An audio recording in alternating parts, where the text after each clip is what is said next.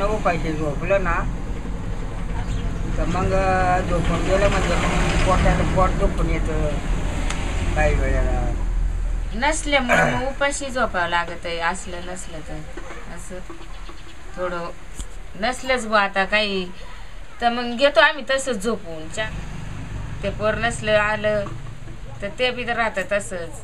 अनुभवीमुळं नसल्यावर काय करायचं. मला जेवण नसल्यामुळं आजारी पडल्यामुळं 2-2, 3-3 दिवस मग झोपून राहते घरात. मग थोडी अडचण येते ना. मग घरात काहीच नसल्यामुळं कमवणार आपण एकटे त्याच्यामुळं अडचण येते. मग घरात नसल्यामुळं त्रास होतो.